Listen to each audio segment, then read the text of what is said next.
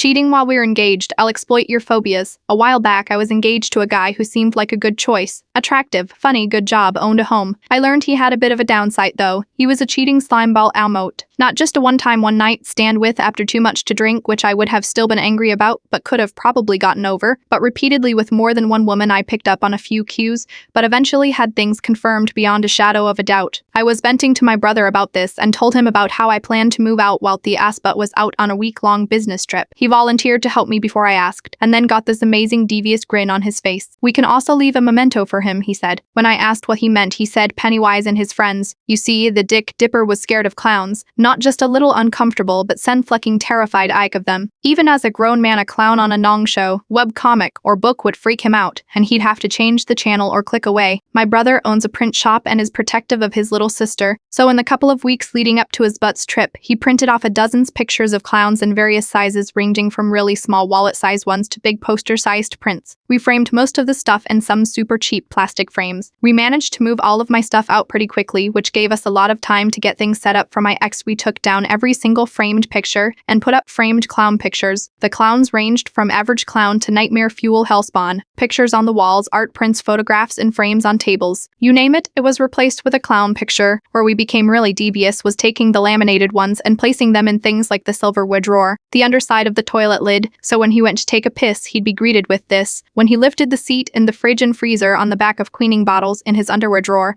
and a bunch of other places. We even made sure to put some in places that he wouldn't go into for a while, so he'd get a scare months later. He had one of those attic accesses that you have to pull down on, and a ladder descends. We put a big laminated clown face on there, so when the ladder flipped open for him to climb, he'd get a clown face. While we were setting this up, I went a step further and changed the wallpaper on his desktop computer to a clown. I also took about 10 of his favorite movies that he had on DVD and replaced them with own-burn DVDs that had clown footage. They auto-played, and we'd printed up labels that looked like the original DVD artwork. We put all of his original artwork and DVDs in the basement, off the ground and protected from damage, but surrounded by giant clown posters of Pennywise and the like, and a motion sensor that, when triggered, would play a creepy clown laugh. I left a note on the kitchen table that said, "I know about name check, I am out." After a few days of hard work of moving me out and moving a few clown cars worth of terror in my brother, his wife and I celebrated by grilling some steaks and having a few beers. These were paid for by the engagement ring I sold. It must have taken him days to take care of the photos out in the open alone. There was never any further action or legal repercussion for what we'd done. After all, what grown man would want to say that his ex-fiancé